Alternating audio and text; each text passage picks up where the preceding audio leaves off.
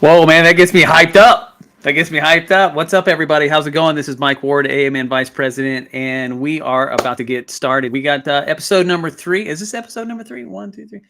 This is at my episode number 3, and we're of the Nurses Station this year, season number 4, and we have some rock star nominees that are going to be coming on. We're going to ask them questions, and we hope that all of you guys are out there, that if you're watching, you'll ask them some questions. This way that you can put the face to names that you'll be seeing in your email. All right. So these guys are just fantastic. We're going to bring them on, but first I want to bring my compadre, the main man, the president of AAMN, Mr. Blake Smith. Sir, you there? Of course. Right. What's up, man? What's up, man? I'm excited, dude. It's been a while since we've done a few episodes because of the holidays and getting the fiscal year going. But we've done back to back here, and it's nice to get back in the saddle. Yeah, man, it feels good too, because I and you never know how much you miss something until you do it, right? And so sitting back down and doing this with you, and it's fun. It's fun, you see, like, okay, so I know, and not everybody likes Joe Rogan, but his style of podcast, I feel like that's how ours was in the beginning. Like, we would just sit on here for an hour, right, just talking about stuff, and other people would join in on the podcast, and they'd be asking us questions, and we'd just be shooting the breeze, just for however long we decide to do it, and then we tighten it up a little bit, right? But Absolutely. we definitely have a guided show today, as we have over the past 2 shows. We have some just amazing nominees up for election. And bro, I tell you, I look at, I'm a little intimidated when these guys, I'm trying to ask them questions. I feel like, man, I don't even know, like, I'm not their level. You know what I'm saying? So I feel like, nervous. I'm a little nervous just talking to them, Well, you should know by at this point, you are at that level, Mike. Oh, no. We all have our own niche. We all have our own successes, but I've come to realize over these 4 years, it's just really cool that they're all very real people, but they're incredibly passionate, incredibly good at what they do. And I'm so excited about the caliber of nominees we have. And tonight we have two nominees for the at-large position, and then we also have one of our VP candidates who currently sits on our board to come and talk with us tonight. So we're in for a special treat. I'm very excited to get this going on a Friday afternoon. What better way to spend our Friday evening, right? What the VP candidate doesn't know, that he's got to do these shows, right? Does he know that yet? Yeah, that's actually in the contract. That's a joke. I'm joking. If you're listening, that's just kidding. We're just kidding. But yeah, man, I'm excited, and I think about, like, we don't have as many positions as we have candidates, right? And it's like, man, how do you vote? How do you vote on these guys? Every one of them are just incredible, right? So, but that's what's so cool about nonprofits, right? This is not like a regular running for elected office. We have 6 positions open that we at large that we normally don't have, because we're expanding the board based off the recommendation and voting of our membership this last year. And but what's nice about nonprofits, if you aren't elected this year, you run again, because we have such a great group to pull from, that we need everybody. If it's not your time now, it's going to be your time next year or the year after that. So hopefully we can pull them into the fold, right? The ones that maybe they don't land a board spot, right? But maybe they'll be open to other opportunities that we have, because we always have plenty of opportunities. We could always use an extra hand moving this forward. Trust me. Yeah. Well, let's do it. Let's do it. Let's get started. Absolutely. These guys probably have 100,000 things going on in their lives, and they're taking time today for us to ask them a whole bunch of questions. So let's do it. Let's bring them on. All right. So the first person we're going to bring on is an absolute rock star, as everybody. I know we probably beat the word rock star to death, but that's just what it is. We're just surrounded by rock stars. He was it is. Exactly. And he was a previous speaker at our last conference, and he's a mover and a shaker. And now it's just recently in this last, I think it was July, if I heard him correctly, that he's now the dean at Duke University. So without further ado, I'm going to bring in Vincent Guillermos Ramos. I hope I pronounced that correctly, Vincent. Hey, Blake. Hey, Michael. It's great to be with you guys. Hey, man, you know what I did? I still have your business card that you gave me in my wallet. I keep it with me just to remind myself that I get to hang out with people like you, because still got it, man. I can pull it. If I have my wallet in my pocket, I'll pull it out and show you. I show up to people, so it adds credibility to me. I say, I know this guy right here. Well, Mike and Blake, it's an honor to be with you guys. I'm a big fan of, AAMN, the conference, particularly last year. It was amazing. And, when I think about my experiences, I think one of the things that really stands out is that, it is time for men to really embrace nursing more fully. And what was very special last year about the conference, there was a panel that really spoke to this issue. And it's stuck with me, right? Why do men come into nursing? And how can we get more men to actually see themselves as being rock star nurses, kind of borrowing from the terms that you guys had. So I've got two rock star nurses here, Blake and Mike. And so, again, it's an honor to be here. Well, thank you for those kind words. And Mike, you want to ask the first question? I will, and because it's an easy question, and I'm really eager to hear your response, because I always wonder, like, how do people of your caliber get to this level? What made you, like you were saying, like what got you interested in nursing, and what motivated you to continue to go to the top as you are? So let me ask straight out, tell us about your nursing journey and experience, your past experience into where you're at right now. Sure. So, what a great question, Mike. So thank you for that question. If I'm really honest, and I hope folks won't see this as strange, although I learned at the conference that I'm not the only male nurse that has had this path.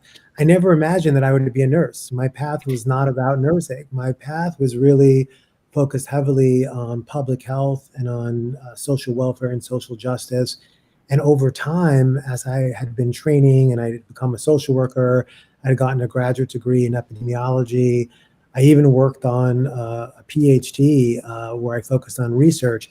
I had this feeling over and over again that I wanted to be a healthcare provider. I wanted to provide direct care, in my case, to young people, and really around HIV prevention and sexual and reproductive health. That led me to nursing, and it was the perfect complement to what I had been doing.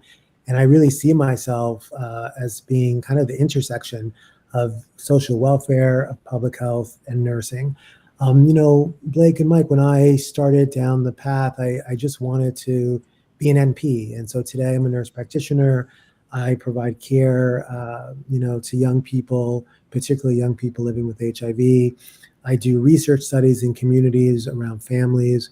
And what has led me to want to pursue sort of higher levels of opportunity in organizations is that I care really deeply about health inequity. And I think part of being the dean of the Duke University School of Nursing, where I'm very sort of privileged and honored to serve in that role, what an amazing platform to elevate sort of men's health issues, and also more broadly to draw attention to lots of health inequities that we have in our country.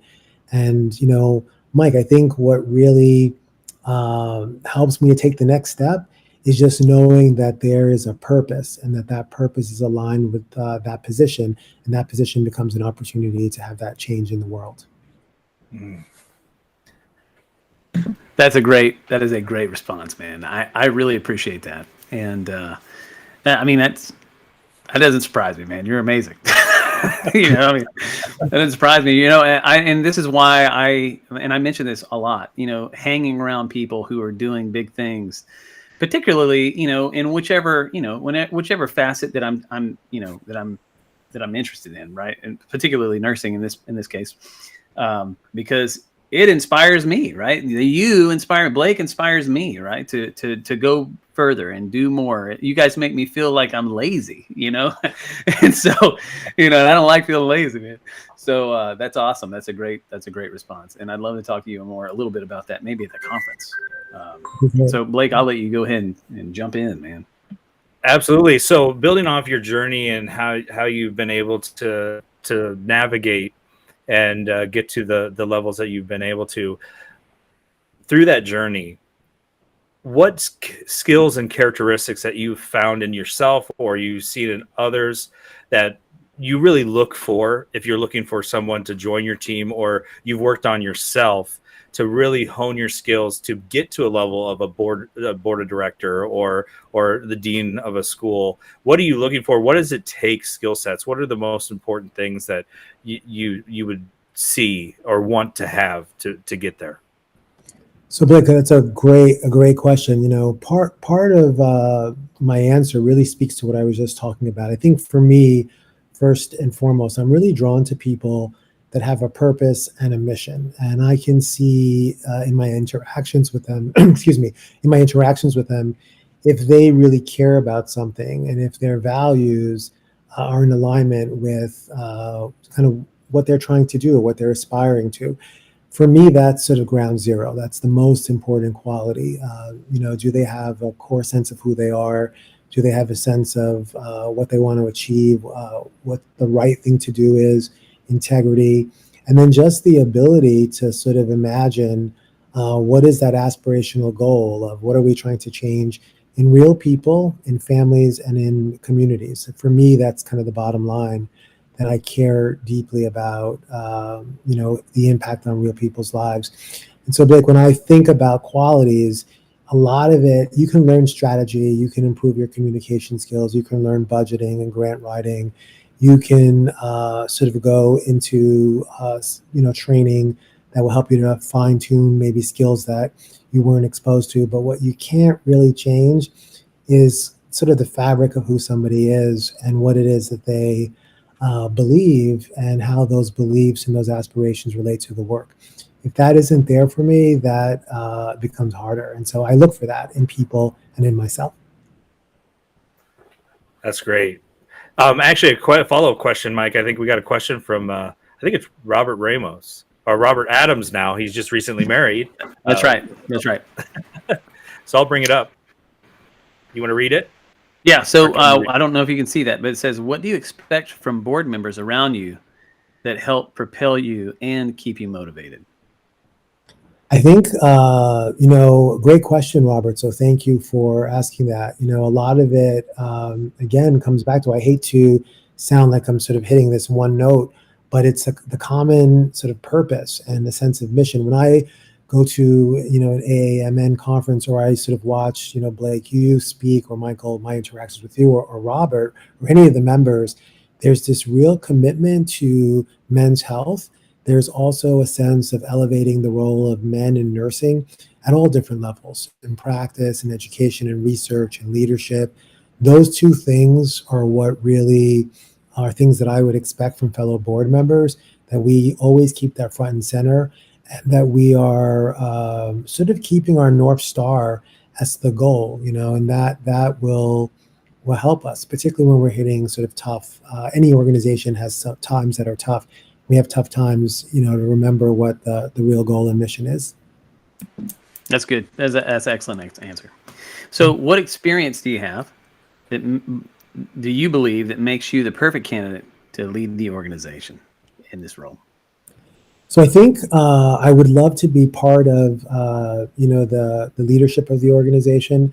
A number of things, obviously the passion and commitment that I've spoken about. I think that I currently serve in a senior leadership role at Duke University. I'm the dean of the School of Nursing and also the vice chancellor for nursing affairs.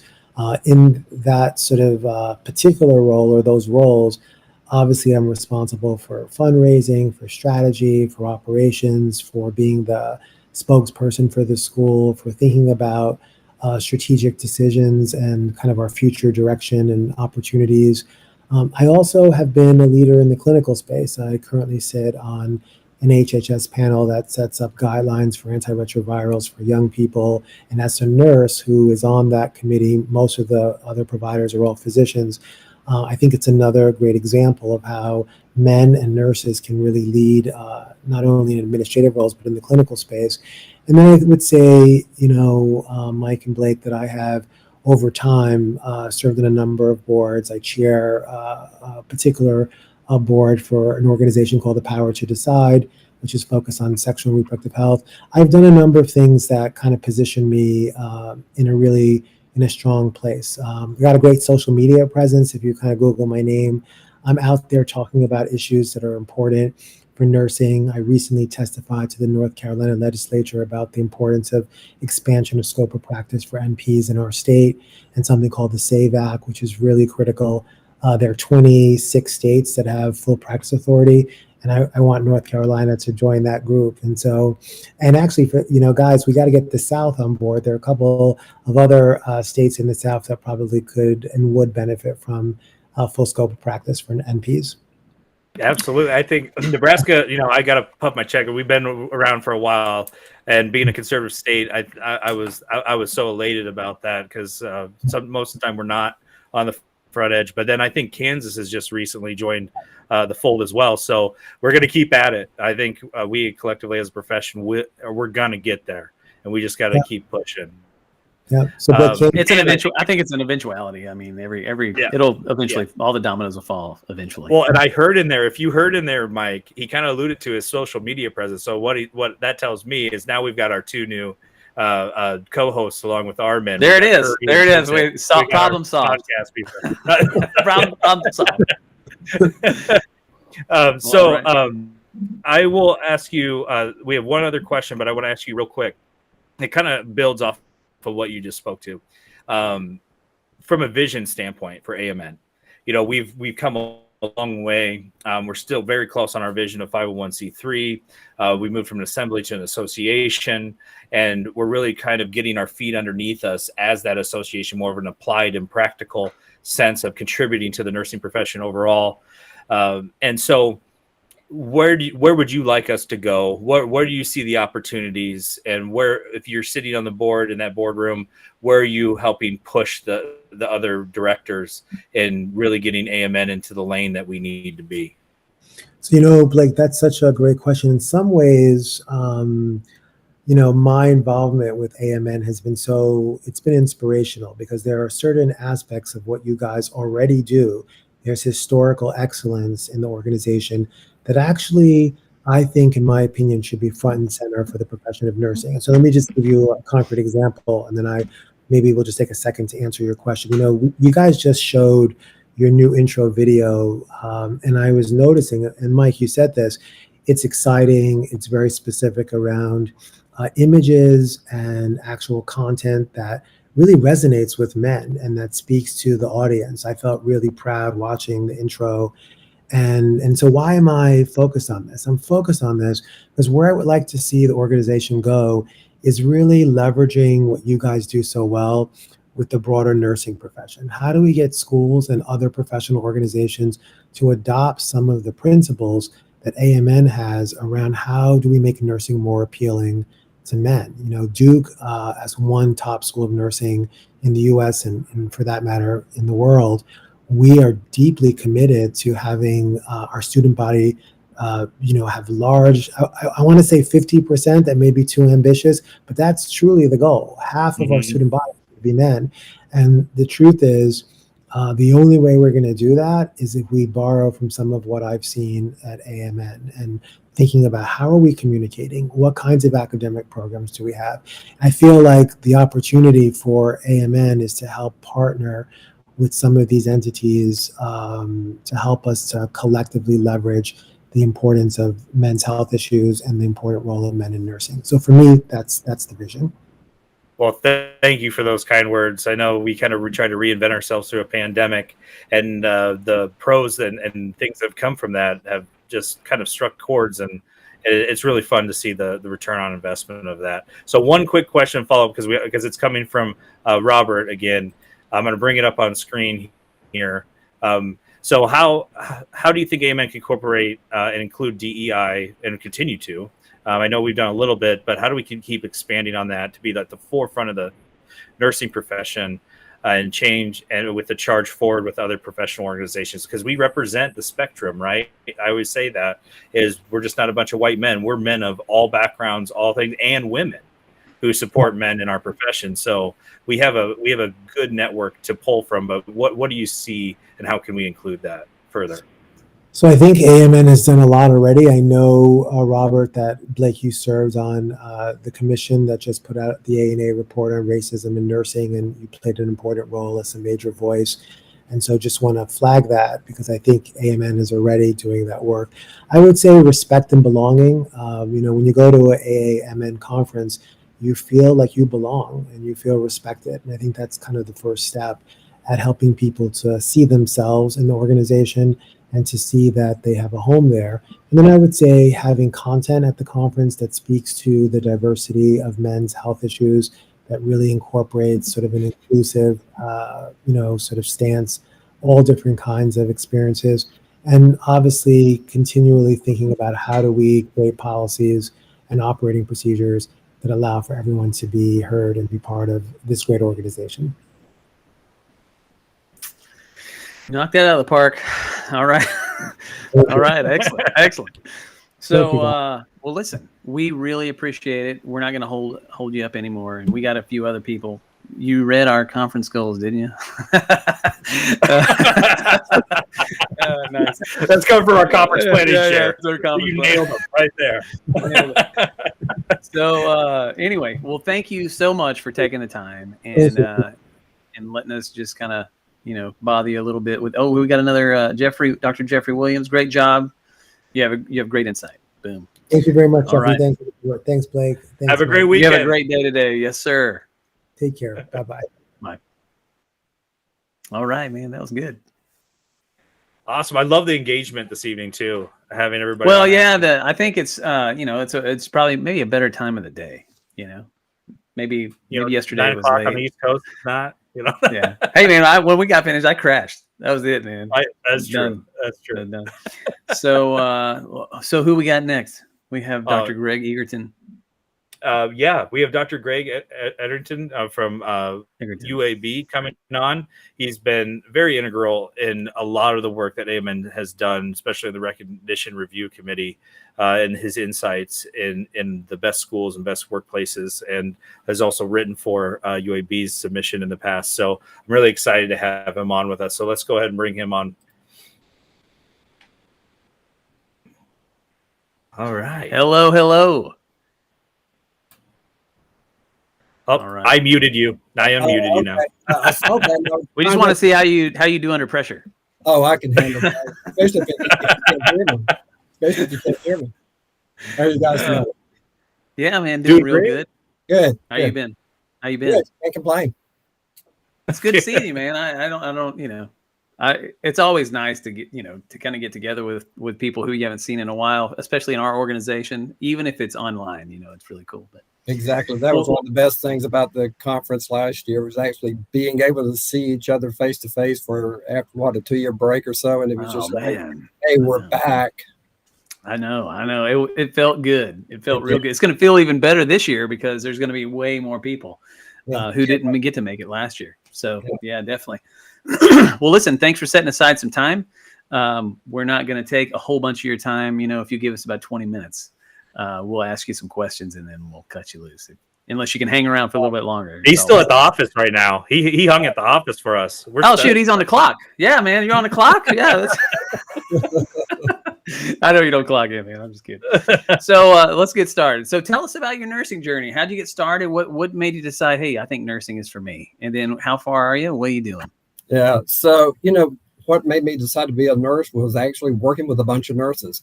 I had that traditional track of, hey, I'm a male, I'm going to be a doctor when I grow up kind of thing, all my childhood. And then in undergrad, I went to work at a hospital as a nursing assistant, and was working very closely, of course, direct care for patients and working alongside nurses. And I went, what the heck? I really wanted to be a nurse, but I didn't know that, because of the people I was working with. You too, Blake. Yeah. And so I made this career switch before I ever had one. And this was in the mid 80s. So this was during a time where, not a lot of men were going into nursing, even fewer than what they are now. And so I stepped out there, came to UAB, got my bachelor's degree in nursing, and found that everything I'd heard about finding your career was about finding your passion. And all of a sudden it struck me, I know what the heck that means now. Okay. Because I love what I'm doing. And I finished school, went to work at the Birmingham VA Medical Center, one of the last places anybody wanted to work in the city. Found too that providing care and securing care for our country's veterans was truly a passion that I had. So I spent 31 years with the VA healthcare system at 4 different VAs. I moved around the country. After a few years of ICU nursing, I realized that leadership was sort of my path. And it kind of just sort of happened. You took on more responsibilities, you started doing things, and you found out, hey, I kind of like this stuff.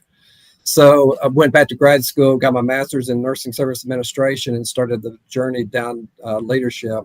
So kind of cutting all this short, stayed in the VA, worked my way up through the leadership realm, became chief nursing officer at my first VA in 2001, spent 12 years as chief nursing officer at that academic medical center, and then was recruited. Actually, it's kind of interesting following Vincent, because I was there in Durham. I ended up moving to Durham, North Carolina, became chief nursing officer at the VA across the street from where Vincent is, and was adjunct faculty at Duke during that time as well. So I ended up retiring after 18 years of CNO work with the VA. And I lasted, I think it was about a week in retirement before I got recruited. Before I was recruited to UAB School of Nursing, and I'm an associate professor here at the School of Nursing, leading the nursing administration program and teaching in the executive DNP program as well. So it's been, I'm one of the few people that I know personally that can actually say, I have loved every job that I have ever had. I have been very fortunate to have good leaders. I've had good followers. I've had good mentors. I've had good coaches, and I've just truly enjoyed, and I don't want to quit, so I haven't. That's awesome, man. Hey, that's absolutely. Hey, whenever you quit, you start getting you get just senile. You know what I'm saying? I mean, you don't want to quit. Start getting decrepit. You don't do anything all the time. You just boring.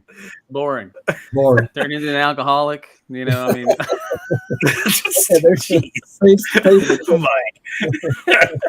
got too much time on your hands. Is what you're trying to say, Mike. Right. Okay, I guess you get it. Right. So I guess I would really like your insight on this, because the second question is about skill sets, characteristic leaders, and being able to scale impact. And we know that at the highest ranks of leadership, and that's so crazy because it's a small world as well, as you just alluded to. We have two candidates that work the same place and kind of cross paths.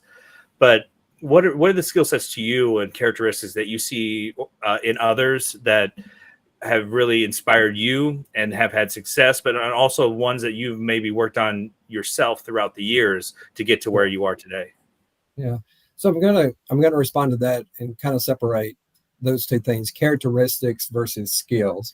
Because, for me, when I started looking for those individuals helping me lead teams in our medical centers, first thing I started looking for were the characteristics. And these are the person kind of things: sense of integrity, sense of commitment, sense of belongingness, sense of mission, sense of vision, and how did that align with the organization I was leading at that time?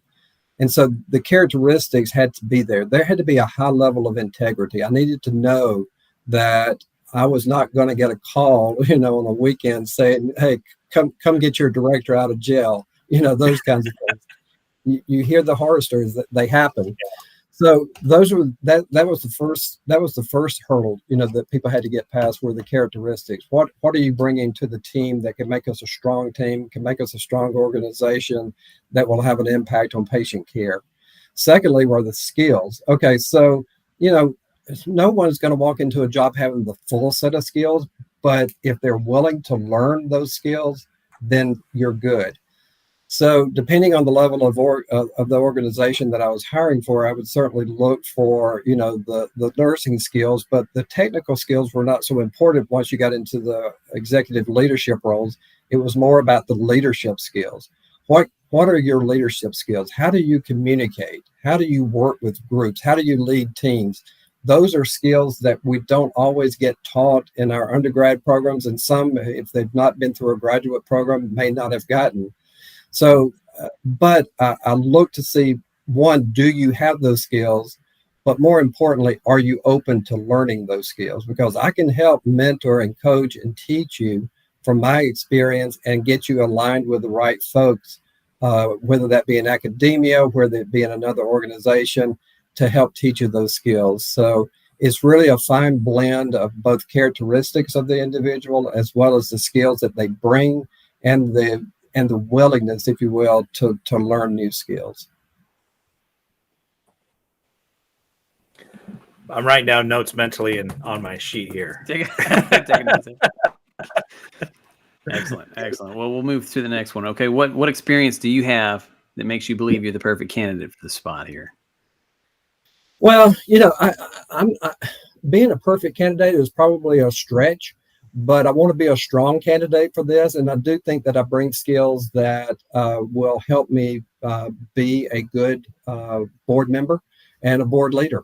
As I said, I spent 18 years of my life in my nursing life as chief nursing officer and oftentimes as chief executive officer. And these were organizations where I was leading anywhere from 3,000 to 5,000 employees. So I've got the leadership skills. I have that experience. Those, whether you're leading and helping lead a group of 3,000 or 30, the basic skills are the same. The concepts are very similar. It's just a matter of scale. Okay. So I think my leadership skills are intact. My communication skills, I enjoy people. I enjoy talking to people. I tend to get feedback that I communicate well. I can talk to people regardless of what level of the organization they fall. So whether you are a frontline nursing assistant, whether you're someone who works in sterile processing and supply, which was usually under my purview, or whether I'm talking to the CEO or the regional director, I can communicate at whatever level is needed to appropriately represent the nurse and the nursing practice of my organization. And so I think that's extremely important. I have high emotional intelligence. We talk a lot about that, and I try to work with students in enhancing their emotional intelligence, which just helps them understand what's going on around them, where they are in that space, and then responding and having conversation in an appropriate manner, so that it comes out that people come out when the situation's right for a win-win situation. So I work well in teams. I don't know how to not work in teams. That's what we do. That's what we do in nursing, or should be doing in nursing, is working with intra-professional and interprofessional teams. And I've been very successful at leading teams at all levels of the organization, both interprofessional and intra-professional. Yeah, I've actually was talking to my wife a couple days ago. I think we have a lot of opportunity just in our world for emotional intelligence, and I wish they would teach it at a very young age, and that it would be integral in a lot of. And maybe it's there. I went to kindergarten roundup today with my firstborn, so maybe it's there. I'm going to hope, yeah. But I think we could serve all of us to have that emotional intelligence. I know from my personal experience and working with some very successful leaders, I personally think that the most successful leaders have a very high emotional intelligence and know how to just have conversations, effective conversations with folks, and they become a part of the team versus who you supervise. It's a whole different way of approaching things. And I think it's the difference between being a good leader and a great leader. Absolutely.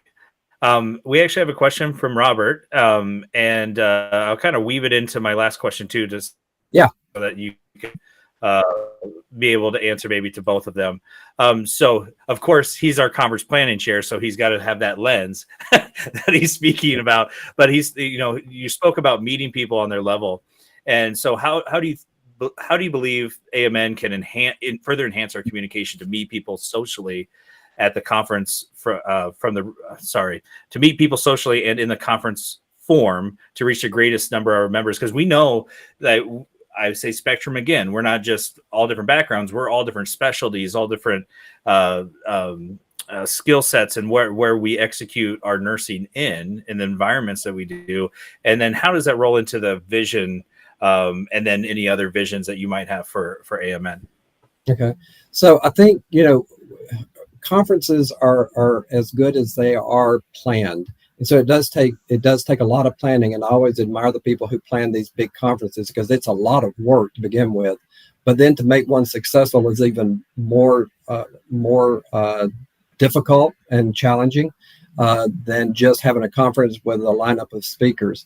So I think, we could engage because the conference, one of the beauties of the conference is the blend of folks that are there. Okay, we've got staff nurses, we've got directors, we've got old CNOs like myself, we've got ICU nurses, we've got nursing students. I mean, I've been thrilled to see how many nursing students are coming to these conferences.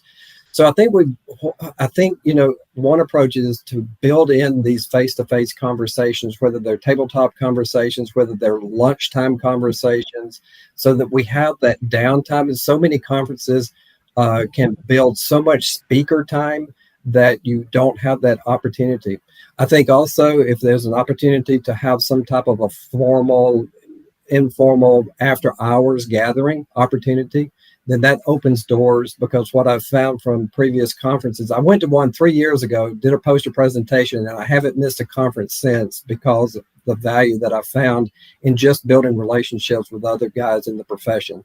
And so I would highly encourage anyone to do that. So I think we can build some of those social things in, both intentionally and unintentionally.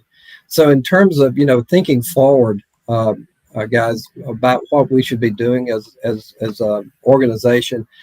I was in San Antonio last week at the American Organization for Nurse Leaders National Conference. The prevailing theme out there for nurse leaders is workforce. Everything was about workforce. How do we recruit? How do we retain? How do we enhance what our staff are able to do? And then how do we build cultures in our organization that people want to stay and they want to commit to an organization? And I think we have an opportunity as a professional organization to partner with other professional organizations.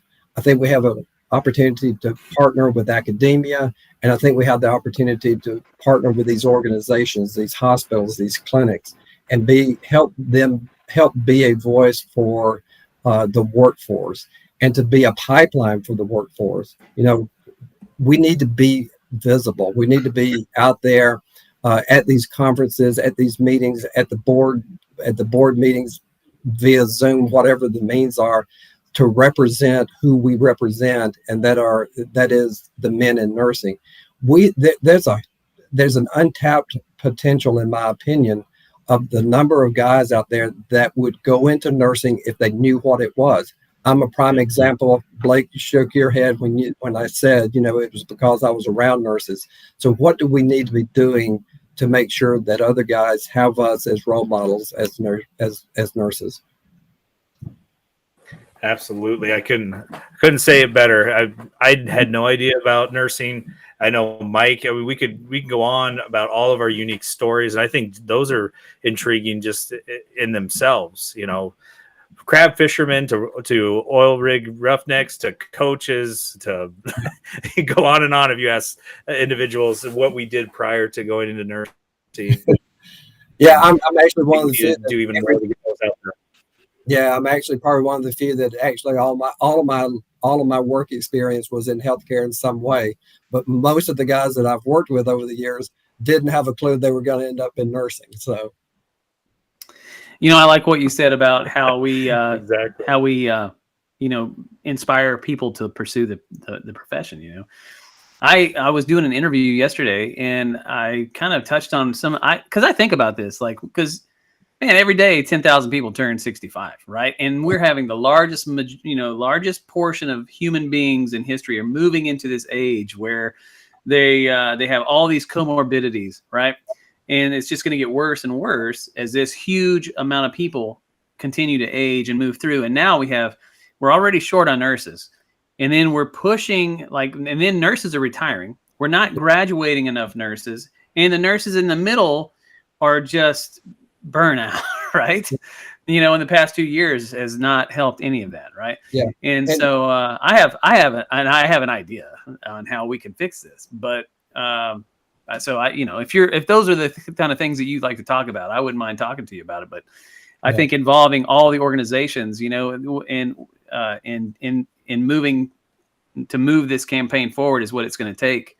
And I know we're getting off a little bit off topic, but what you said is kind of that's what we do. That's what Mike and I do. We go on tangents. but all we see, right? All we see in the news is sensationalism, right? And so all we hear about is how all the nurses are stressed out, right? All these nurses are striking. That's what but you never hear about all the great things that happen in nursing, right? You never hear about all the people who are inspired, all the things that nurses do that patients. I can't tell you how many times I hear patients in the hospital as a nurse practitioner.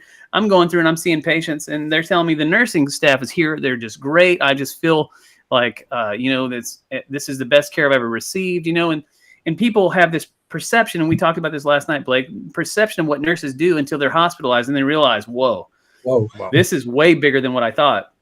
Right. And so to move a campaign forward, extolling all these benefits of being a nurse and what nurses feel about being nurse. If you go to Twitter, there are so many people that complain and anonymously, right? Nurses that complain.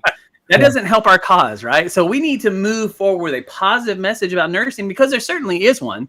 It's just that the news doesn't like to talk about positive things. It's not going to carry, it's just one of those things, right? And I think we have an obligation to all nurses and future nurses to really look at the role of that bedside staff nurse and make that a position that people want to go to and stay in. Not everybody needs to be a nurse practitioner. Not everybody needs to be a chief nursing officer. And oftentimes the profession has matched success with how high up the ladder we went. We need to make it much more okay for nurses to stay at the bedside taking care of our patients. That's where it's needed. And we're doing ourselves an injustice when we talk about, I think you have potential. I think you ought to be a CNO. Well, no, you ought to be a dang good nurse at the bedside taking care of these sick patients. And we need to make that okay. And still make a career ladder there, right? To where you don't need to move up the ladder with these titles, but you still move up a ladder to where benefits and flexibility and lifestyle and feeling of accomplishment and all those things are there to where you're not burned out and you still love what you do. Absolutely. And nurses do love what they do, man. And I'll tell you what I mean by that real quick, and then we'll let you go. But this isn't part of your 15 minutes. This is our tangent. Yeah, sorry, man. So Curry. So there are whenever on the days that maybe the ancillary staff isn't beefed up, or maybe somebody called out, the numbers just aren't the best, the nurses on the units, I'm over all the units. So, you can tell they're stressed out. Yeah. They're having a rough night, but it's in those moments that they probably hate their job. Right. But whenever there's plenty of staff, right? Ancillary staff, there nobody's called off. Everybody has their, they're not over you're not over, I guess, loaded with extra patients that they normally wouldn't have. Everybody's excited, man. Their attitude's up. They're seeing patients. They love their job. So, and intrinsically, I believe all nurses love what they're doing whenever the stress level is manageable, right? Sure. The way that it should be, right? Yeah. Because we're all going to have stress at the bedside, but whenever everybody is there that's supposed to be, and even in the worst possible situations, these nurses love their jobs, right? Yeah. But all we hear about is, like I said, all the bad stuff. So we need to forward a great message about nursing and really try to convey that message that it's not as bad as what you may be hearing about in the news. Yeah. Plenty of people. This is an amazing profession, and it gives amazing job satisfaction in so many different ways. And it provides work-life balance, feelings of accomplishment. There's so many different things that you can do. I mean, there's so many great things about the profession. I don't think people know about them. And what we need to do is let people know about them, and then let people kind of reverberate that and just kind of say, yeah, and I love this. I love this job. I've been doing this for this long, Anyway, I could go on. I have tons of things to talk about in that capacity because I've really been thinking about this a lot. Because I'm worried. I'm worried about being 10 years in the future, 20 years, we have hundreds of thousands of positions that we need to fill, but we have like the nursing.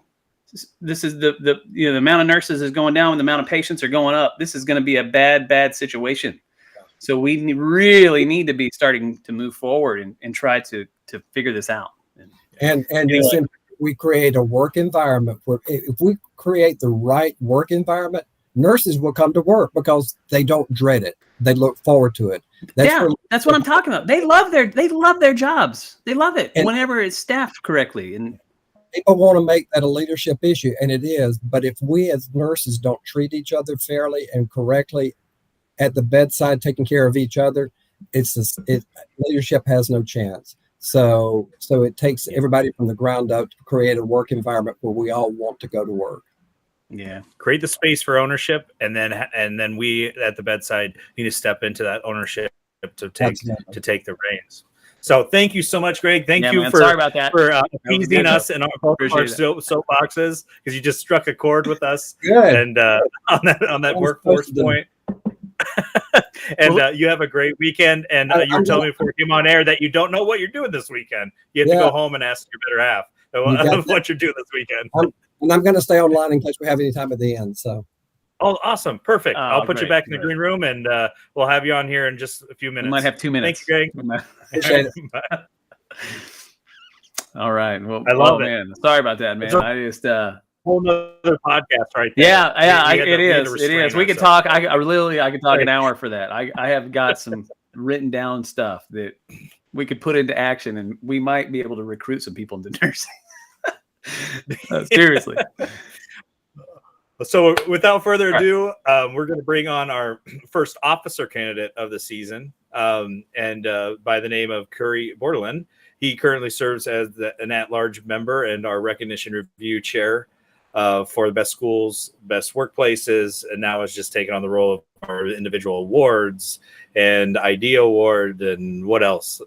He always tells me whatever you ask me to do, and I said that's a very dangerous question. And all right, Mr. Podcast host, Mr. Podcast host. All right, let's.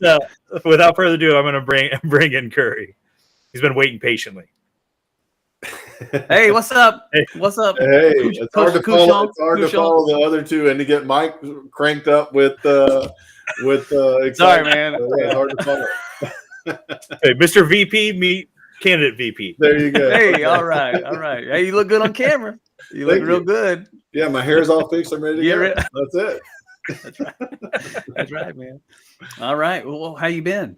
Good. Yeah, finishing up the semester. A lot of good things going on. It's very positive activity. Our chapter's doing great. So yeah, a lot of good stuff. That's great. You got anything planned for the summertime? Are you going to be moving through class? Are you going to be doing some professor stuff? A little bit of both. I'm about to start a faculty practice. I've got summer set up for students and take a little vacation here and there. So do the best I can. Awesome, man. Awesome.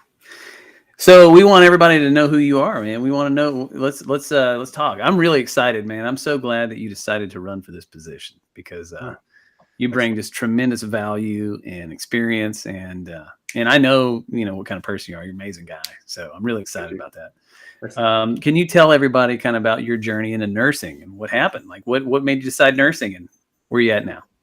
So it all started many years ago in a small town in Louisiana. That's where I'm from, about the central part of the state. I was a fireman for a couple years.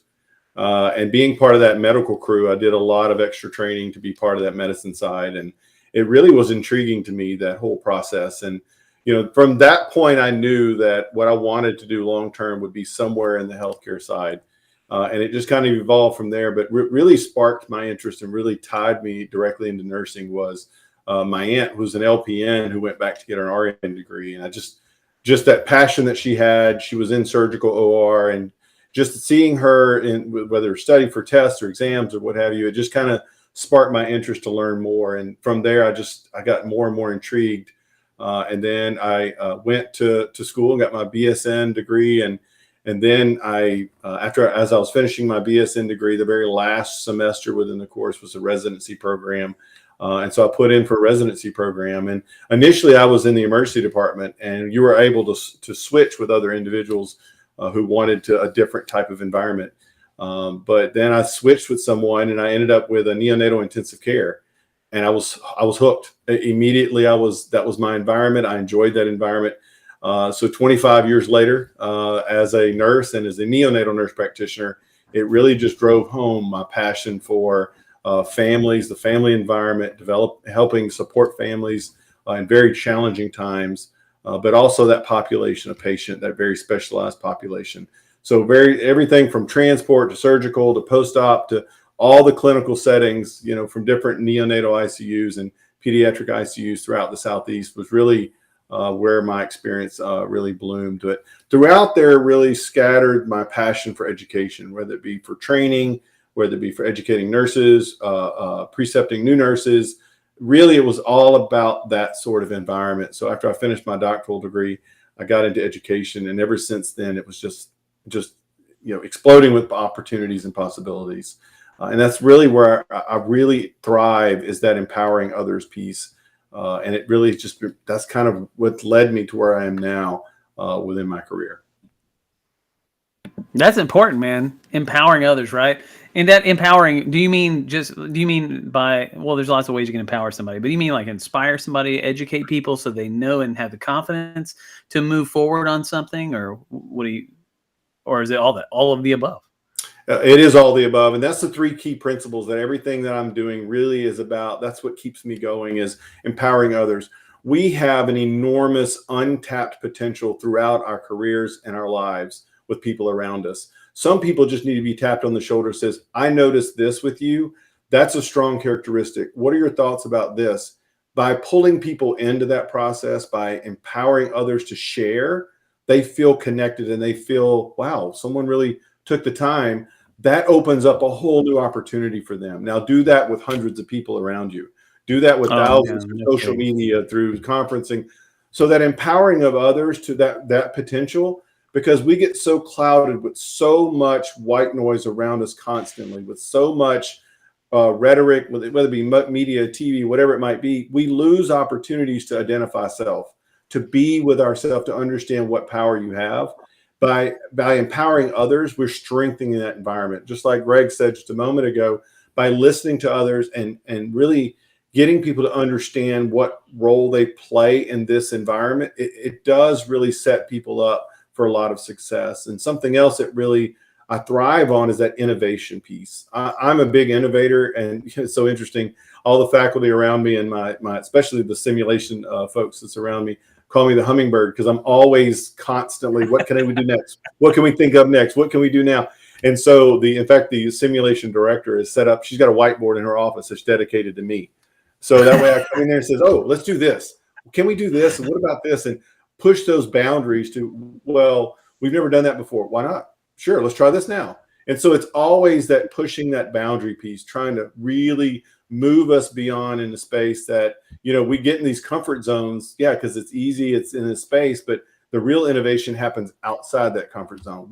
What boundary can we push to be the next big level, the next big opportunity within nursing, within education, within clinical practice, whatever it might be. And really the third thing that really drives me, being nimble, because we might have the best laid plans. Everything might go exactly like we want. And then you have to pivot because something hits you right in the middle, or kind of is all of a sudden a barrier, an obstacle. Okay, great. Let's innovate. Let's move around it. Let's keep going, because the goal is the same. So it's all about that, being able to be very nimble in what you're doing, being able to change direction real quickly and to innovate into that space of being successful. You know who I saw did that? I saw Blake Smith do that whenever COVID hit. I saw he's like, well, shoot, we have a conference that we're going to do. And this was just as the numbers, like in March, like February, like the numbers are just like, I wonder what's going to happen with this. He's like, we need to pivot. We need to go ahead and set up start planning for a virtual conference. And he did it right away. Nimble, man. And he just is like, we're going to do this. And then that's what we did. And you're right, man. That's so important when you're moving an organization forward. It's so important. So that's awesome. I'm glad you said that. Well, for obviously now I just have another nickname for you. I'm going to call you Hummingbird. I have a T-shirt. I have a T-shirt. I did call you unicorn before The whole that thing. because you're a neonatal practitioner, and you are one of the many unicorns in that area, which we hope one day will not be a unicorn, right? So I know you kind of already alluded to this in some of your previous answer about skill sets and characteristics, and I really like, because they are not the same. Greg made a great point. There's the internal characteristics of oneself, and then the skill sets that you either develop or inherently have learned along the way through your family, et cetera, that set you up for success, whether it's outside of your family or within your family. But so what have you found along your journey? And I know you've held a lot of leadership positions outside of AAMN as well, about what makes a good board of director and to you, and what are the skill sets that you look for when you're recruiting others to leadership positions that would benefit AAMN as a board of director? That's an excellent question. It really kind of drives to the point of an organization, and because, like you said, I'm on currently various organizations, but also within the local organization. Is nothing you do is in a silo. There's nothing you do as an individual. It really is, success comes from others, because everybody has those unique characteristics. And Greg mentioned earlier about emotional intelligence.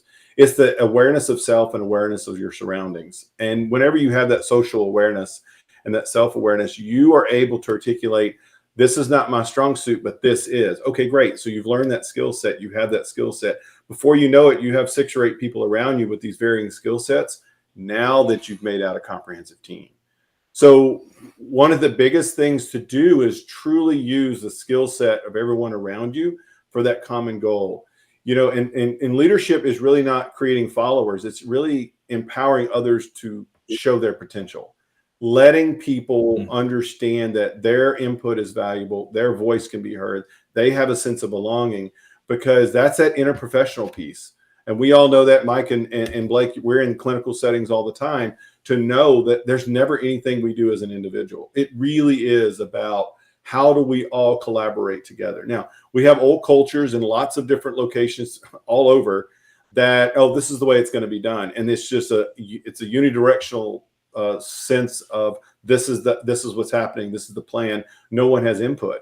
Well, you as the person who might have input feel devalued, or you don't feel like you have a place. Now you feel like you're just checking boxes.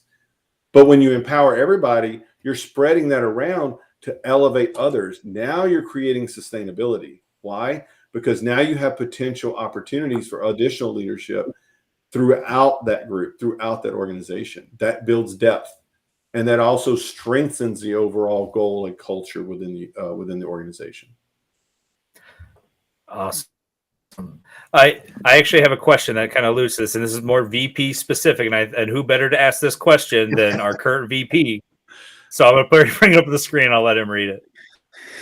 So what do you expect of a president that's going to aid you in being the most successful you can in the VP position? And there's a second part to that. Also, what qualities do you possess that you feel will allow you to be the president's right-hand man? That's Robert Ramos. Absolutely. And that's a great question, in the sense, and it kind of feeds back into that team approach. As someone who would support the president's role, it really is taking the characteristics of what we have for each other, what we have within the organization, and supporting that role, supporting that individual. But also, again, that goes back to being nimble. Is when you start seeing other things around you, you start seeing a conference go in a certain direction, or whatever it might be, social media or different social issues that we have around us going in certain directions. It's actually connecting with each other, that constant communication with each other, because the common goal is the same. The organizational goal, the organizational missions are what they are. We are representatives of that. So it's not a me show, or the president show, or the secretary show, or the treasurer show. It's the organization that's moving forward. We are stewards of that to keep that moving in a certain direction. So as someone who supports the president's role, it is really encouraging that, reminding that individual, supporting that individual to remember where they are within the organization and what the organizational goals are. me in a particular VP role is to making sure that communication is constant. And I go back to the teams element as well, is we are all here for the same common goal within the organization and to support the organization moving forward. Absolutely. And I will clarify, Robert, you were completely right. Robert Adams is not our current VP, but I appreciate you teeing that up for our current VP, Michael Ward, to ask that. So appreciate that, man. I was going to ask that question. You beat me to the punch. And I would say from a president's position that the VP cannot be, you're exactly right, from a communication. You have to back us up at all times. And there's a lot of pressure with presidency, one that I couldn't have anticipated. But at the same time, if you have someone that not only has the skill sets and characteristics just for the organization itself, but has a good chemistry with that individual, it is incredibly important.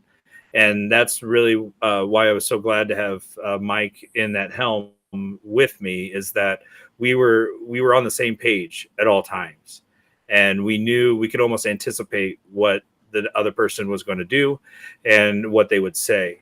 And so that's what makes that working relationship really well, because what I did not find out about this position before I got into it was that there's people coming at you from all different angles, and they're all good things for the most part. I mean, there are fires that you have to put out as a leader, but you want to make sure you answer everybody. You want to make sure you give everybody the opportunity and the space. And but you have to realize you're only one person, and that's why you don't work in a silo. You're not going to accomplish anything by yourself, and you got to have a good team around you. And so I've been very blessed with that, and that includes you as well, Curry, as an at-large member. So I'm glad that you asked that question, Robert. So I guess my last question before we bring Greg back on.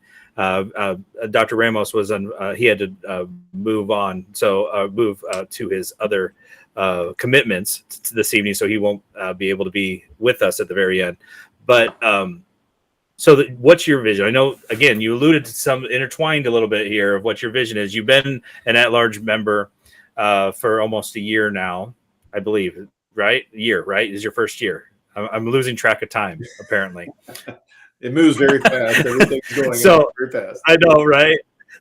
So as you've been on the inside and you've seen it from the outside, from what we're building now currently to what you know that is on the horizon from being on the board, and what maybe are the gaps yet that we have yet to fill, what do you foresee as the vision and the lane that AMN needs to be in, and what would you really strive for and advocate for within the board? Sure, that's another great question. It really does hone down that strategic plan piece of where the organization can be. You all have done an amazing job of bringing the organization to a place of everything from growth and stability, and to really thrive in that space of highlighting diversity and why diversity is important. A collaboration with other organizations, not only professional organizations and nursing organizations, but starting to expand presence when it comes to other organizations such as Directed with Men's Health and so forth. I think the way I envision the organization, that next level, that next step for an organization such as this, it really is expanding the educational opportunities. What is available to its members to create more value? What is an opportunity? Whether it be preparing for a board, boards, CEUs, whatever educational opportunities, so you can focus on male health needs, because there's a lot of male health needs that are very specific to that population that you can strive with. Is there not, again, go back to innovation, is there an opportunity for a men's health certification? Is there an opportunity for a subspecial? Who knows? Let's see what the boundaries are. Are there any boundaries? What are the opportunities to help meet the need of a very specific population within a larger diversity population? So I think there's an enormous opportunity with education, but I also think mentoring is another opportunity as well, because mentoring, as we talked about earlier, is empowering others, but looking at that sustainability. What if you have 20 or 30 possible people who are members who are interested in mentoring opportunities, that you can help them understand where they fit within the healthcare system, they have a sense of belonging within the healthcare community. So instead of leaving the bedside because they don't feel supported, they'll be there longer. That helps close that gap, that need gap that we have, and we're going to have even more over the next 5, 10, 15 years for bedside nursing, for advanced practice nursing, for leadership roles, whatever it might be within the healthcare system. So I think mentoring and education both are great opportunities to expand the presence of the organization and really develop it out even further. You know what? Absolutely. Product. Greg had mentioned something about inspiring, the students, and I thought I think Dr. Ramos also mentioned it too. But during the conference, I don't think we've done this. Have we done like a panel for like students, and then maybe have a panel of working RNs at just various levels in their career, just available for students, just to tap them on the shoulder and ask questions. Maybe just like I don't know, even if it was a breakout. Yeah, just a little breakout where all students, this is your chance. Of course, there's always a chance during the conference. I'm always, at least I say always, well, the past 2 times that we've actually had a large conference in person that I was able to attend, I always encourage the students to find somebody who's a nurse, go up to them and talk to them. Mm-hmm. But to do that, have them, let them know, hey, if you're a student, go ahead and prepare some questions, find people, for whenever you attend the conference, because we're going to have a panel just for you, just for the students. So you'll be able to ask, nurses at whatever level, whatever you want. I think it's a great opportunity, not to mention you can have a social mixer. You can have some sort of opportunity for a breakout. All of that shows the individuals who want to participate in that extra attention. It shows them and gives them, like I said earlier, that sense of belonging. It makes them feel like someone's listening to me. I had this concern or this thought during courses or as a new grad nurse. What is this normal? What do you think? It really does give those students and those new grad nurses that sustainability thought, because they're like, oh, well, this is quite normal. Oh, this is some tools to help overcome this or help to address a certain issue. So you're giving them that opportunity for sustainability. So I think it's a great idea, and innovate. There you go, innovation. Yeah, I think it's a great idea for the conference. Well, when you said you tap somebody on the shoulder, yeah, what's that? So I'm sorry. I was laughing because you see the comments I'm putting up there. First of all, Robert's like, "That's a great idea, but I have no time slots left." Because I'm laughing because I keep coming up with ideas. There's always an opportunity. There's always an opportunity. Yeah, absolutely. That's the thing, though. That's what's going on with our conference. I mean, that's what about AAMN. So we're so tight knit that anybody can come and ask, right? And the way you said it, tap somebody on the shoulder and tell them something. Hey, I noticed that you do this. And just like you said, man, you can turn, it's like a light switch. You can turn on a switch by explaining to somebody that, hey, you got it. You have what it takes to do this. And they may not have that self-confidence, but I see this in you. And then, man, I'm telling you, it's inspiring. And imagine, like you said, doing it to 100 people. Absolutely. Right? And it's worked because when people say, wait a minute, they hear my story and they're like, you're a neonatal nurse practitioner? Like, yeah, I could be in the neonatal ICU. Absolutely. Why not? Yeah, definitely. Is there a boundary to that? No, it's a population that I'm interested in. That's my passion. I've been there for, like I said, for quite some time. But it's just to hear that they might think, oh, wait, I can do that. And it just kind of drives them in that direction. Absolutely. Well, I don't want to take any more of your time. I mean, obviously we're going to probably do podcasts down the road on all these topics. And if you want to come and watch us or listen to us talk and be a part of that conversation, you need to be at the conference. We'll include you along with all those who are today and our previous candidates as well. But at this time, I'm going to bring Greg back in. We're going to ask a question that I feel bad that I did not think about this the first time around. And I know you alluded a little bit to, we're going to talk about specific instances that we found amazing in our own life experiences at the conference, and to kind of plug what's coming up here in October. So I'm going to go by the screen here. And so, and our guests, Mike and I'll go last. But Curry, do you want to start out? What's just struck you at our conference that sets apart from others? I'll take a shot at it first here. I think the high level of the content that was presented by the speakers is national conference material. You just don't really know until you go to a conference exactly what you're going to get, and usually it's hit and miss. But I felt like the topics were pertinent to nursing practice. I thought the topics were pertinent to men in nursing, and there was value in every presentation, every poster, everything that was done. And that's, like I said, I went 3 years ago, and then I've spoken at the last two, because I wanted to be engaged with it, with the organization, because there's so much value in what was presented at the conference, and then the camaraderie that is built as a result of being there, even on a social basis. Great example. Curry, you want to go next? Certainly. For me, I think it has to be the diversity of ideas. Greg had a really good point with, a lot of the content. It was really, empowering. There's a lot of great things going on, but it's the diversity of ideas. We all come from different backgrounds. I think Mike and Blake both mentioned that earlier. We all come from different backgrounds. We all come from different historical perspectives. We all come from different angles, but when we're in that space, that diversity of ideas just really, it really stimulated a lot of conversation. It stimulated, oh, what about this? What about that? And just the idea that everyone that we've run into on the boards, within the conference planning committees and so forth, were very welcoming to those ideas. They were really, hey, tell me about this, or, oh, this is a great idea. We might consider that in the next conference.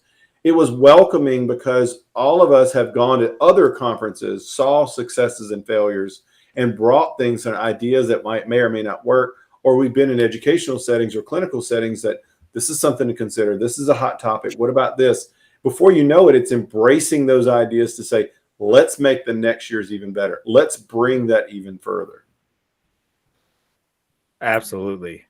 Mike, I know you shared one yesterday, but what's another one that someone might not have heard yet? Oh, it was easy. Which one did I share yesterday? I'm not telling you what I'm going to say today. So it's just connections. Connections are just amazing. I don't get to, see, I guess, that proximity, of people of just so many different levels that bring so much of their own flavor to the profession, and just being able to network and talk with these people and connect and form you never know where it's going to go, but just the first conference that I went to, I made friends that I talk to them quite frequently, and I imagine I'll always have them in my life. Like, I'm talking big time, people who are doing amazing, like Jose Alejandro, man. I talked to this guy, and he's just such a great guy. And I can list a whole bunch more. But otherwise I would never have been able to meet those people had I not gone to the conference, and everybody's just so nice. And, there's no ego, right? There's no ego. It's all about just connecting and inspiring. That's how I felt anyway. Yeah, I guess mine's along with that, because yesterday I shared, meeting Gene Trenberger in a Walgreens, my first time. That was the first person I ever met at an AAMN conference. It wasn't even at the conference. Wow. It was the red coat. Didn't realize it until afterwards. So that was interesting. But I along those same lines is, because you hear trend for those watching throughout, and I would encourage you to go listen to the others if you haven't done so already, is that family atmosphere. And I say family as defined as, when you go to this conference, you're not overwhelmed by the scale and the scope of volume of people, but it's still the value or the quality of individuals that are at this conference is second to none. And so you could be walking down the hallway and you're just one after another of all these leaders at the very top of their game. And I see that through a student's perspective, right? And with the no ego factor, I encourage all the students when I talk with them, and I'm so excited when they have the courage to come talk to me. And I say, go and talk to Dr. Brett McWilliams. Go up and talk to Dr. Borderland. Go up and talk to Dr. Egan. And they're like, oh, I don't know if I should. And really what has been instilled me in the past, and I know you two know Dr. Dawson, Mark Martha Dawson really well, but I'm kind of cut from that same cloth that she has no filter. She has, or no reservation. She's going to go up and talk to somebody who she's going to talk to. And she instilled those tools in me. And so I all those students, or those who are new nurses out there, go up and talk to them because they want to talk to you. And that's the whole point of a conference. And you never know what opportunity may lead just from that one simple conversation. It's led to my master's. It's led to speaking engagements for myself and career ladders. And those are just my personal things that have come from me. I know it's happened to others as well. And if it's happened to me, I tell you, it can happen to anybody. I'm not some unicorn out there. So I would say, come to the conference, come celebrate with us and talk to people, because we are a family and we have lifelong friendships. Both male, female, or whatever identity that we identify with. Yeah, we are all one, and that's why I'm a lifelong member of this organization. So our incoming president, Dr. Jason Mott, says, make sure to book your registration and hotel to take part in all the amazing education, especially the networking. Way to go, man! Way to go! I like it. Well, guys, thank you so much. We really appreciate you guys taking all the time, and I know we went way over, but it's really, talk to you guys. I mean, you guys are just doing amazing things. I'm just so pleased to know, like, we're on our way out, right? But we have some amazing people that are coming in and that are going to really just blow this thing up even further. I have no reservations of handing the keys to the Ferrari over. Not at all. Not at all. So it's very exciting. So thank you so much, guys. We'll have a great weekend, and we'll talk to you very soon. Excellent. Thank you so much. Take care, guys. See you, Mike. See you, man. Bye, everybody. Bye. Thank you.